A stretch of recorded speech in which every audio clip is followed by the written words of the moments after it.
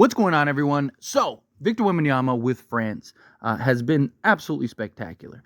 He just helped France secure a spot in the semifinals of the Paris Olympics, the home team. I know there's been some controversy along the way, but nonetheless, Victor just continues to stand out, continues to shine. So much so that they actually sat Rudy Gobert into the second unit rather than starting him alongside Victor because they just have had their struggles. Now, I still believe that Victor Wembanyama can play alongside another big. I just think you need to have a more versatile big, right? Where, somebody like a Rudy Gobert, he's very limited in just where he can be on the court. And when you have a big body that just basically is there to just pack the paint, kind of makes it difficult for Victor to be as versatile and as skilled as he can be because you can't pull a guy out to just let Victor use his size advantage around the rim. Where I think like in the NBA, if you were to have him slotted alongside, like a Walker Kessler or say like a Wendell Carter Jr., right? Somebody like that where they have the ability to stretch the floor, then I do think Victor can be slotted alongside a big man because you can always pull that guy out and let Victor kind of just work around the basket, work around the rim, and have that versatility. But nonetheless, Victor, again, has been absolutely spectacular in these Olympics. Scoring-wise against Canada, he wasn't great. He was 2 of 10 from the field, but, defensively was an absolute monster, continues to be that. Rebounding was huge. He had 12 rebounds in that game and just shows his all-around versatility. Right, and just his impact, right, which is good because even when his offense isn't falling, right, it's always a question like what else can a player provide, right? He's still incredibly young. He's only going to improve. He's only going to get better. He's only going to get more efficient. And defensively, I mean, this dude, he should have won Defensive Player of the Year last year. I mean, if we're being honest, he should have, right? I understand he was a rookie, all that. He should have been Defensive Player of the Year. I don't care what. The award is supposed to be who is the best defensive player. Last year, Victor Wembanyama was the best defensive player. But nonetheless, right, I'm excited for this season for the Spurs, period. Just because, one, you're going to get to see Victor continue to grow, continue to develop. I do think that these Olympics have been big for him. He gets to play in high-level competition, right? He gets to continue to grow and build his game. But also, I think his acquisitions, right? Adding Chris Paul, I think is really just going to take him to another level and make him just much more efficient, right? One of the big things last year that was incredibly frustrating watching Spurs games is how many times Victor Wembanyama had established position. There were times where he was completely like wide open, and yet the players on the Spurs would not recognize that. And it was at times almost like he was completely phased out, like he wasn't even on the basketball court. And it's like, he's your best player. Get the guy the basketball, right? And, having a guy like Chris Paul, he's going to recognize all those things. He's going to recognize when Victor has a clear mismatch, when Victor is established position and has a good opportunity to get a bucket, right? Chris Paul is going to make Victor as efficient as possible. I mean, Victor next season, I think bare minimum is like 20, maybe 27 points a game, at least. I wouldn't be shocked if he's 30 plus, just because I think Victor's going to get nearly 10 points a game just on Chris Paul, just solely on Chris Paul, because Chris Paul's ability to recognize and put Victor in the proper spots, get the ball to him where he wants it, where he likes it, right? Even as a shooter, he's going to get it right in his shooting pocket.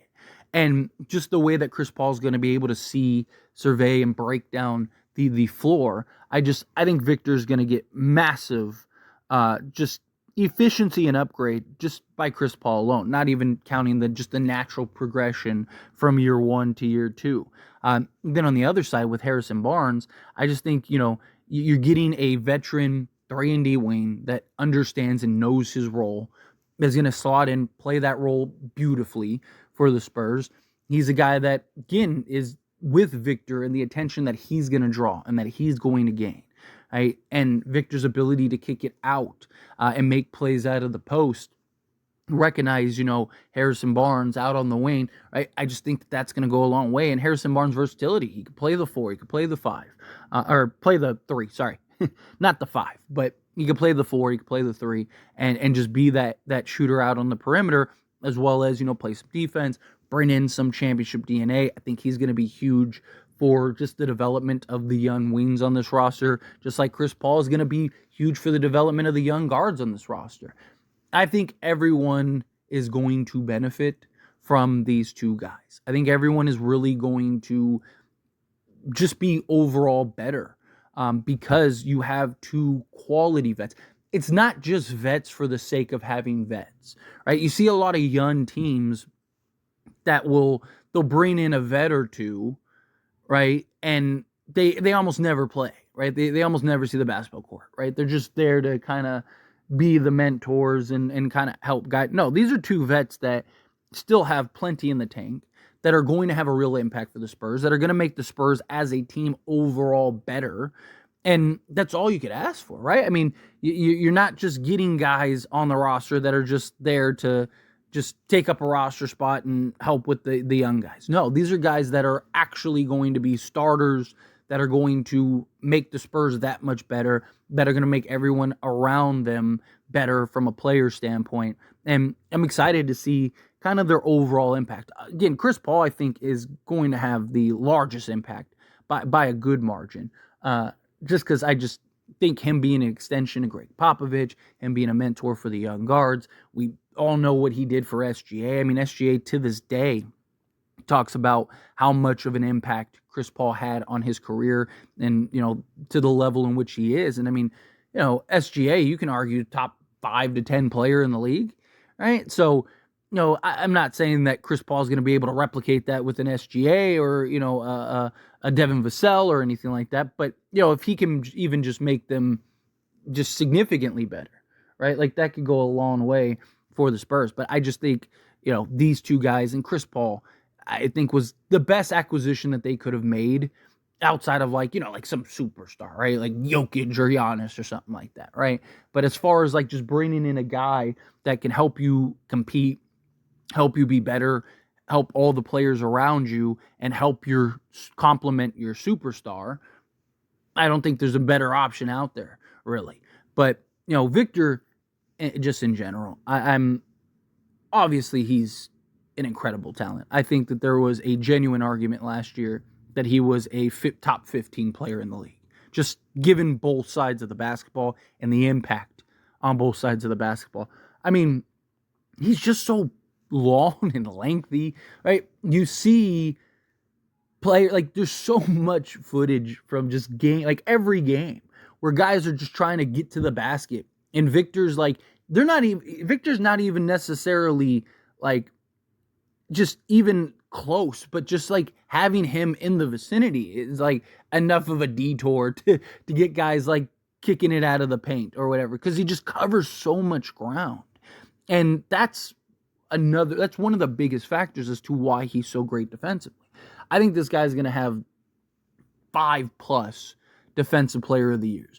I think he's going to be the guy that voter fatigue is going to be a thing, right? I think you're going to see Victor. He's going to win, a ton of defensive player of the year awards.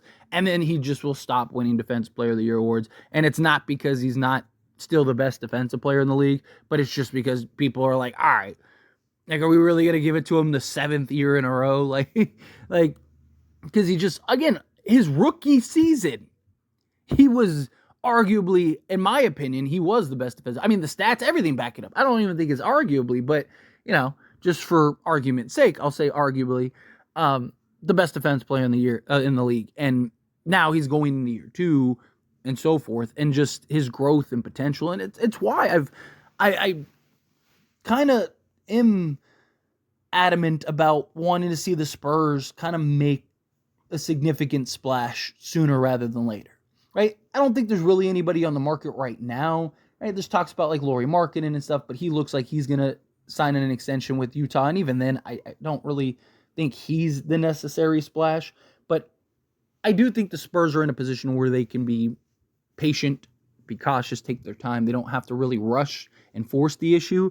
But I do think if that guy that's there that makes sense, we'll see who ends up, becoming available as time goes on. It's like every couple months somebody new is available. But I think if that right impact piece becomes available and you're the Spurs, I think you go all in on it. I do. I think if you can upgrade this roster into contention status immediately, I think you do it. Because Victor, again, I wouldn't be shocked if he's in the top 10 conversation next year. Maybe even better. Maybe like top 7, something like that. I think he's going to be great. And, he's incredibly cheap right now. And he's not going to be that way forever. Right? We're not that far away from him actually being very expensive, as he should be. Right? I mean, he's incredible talent.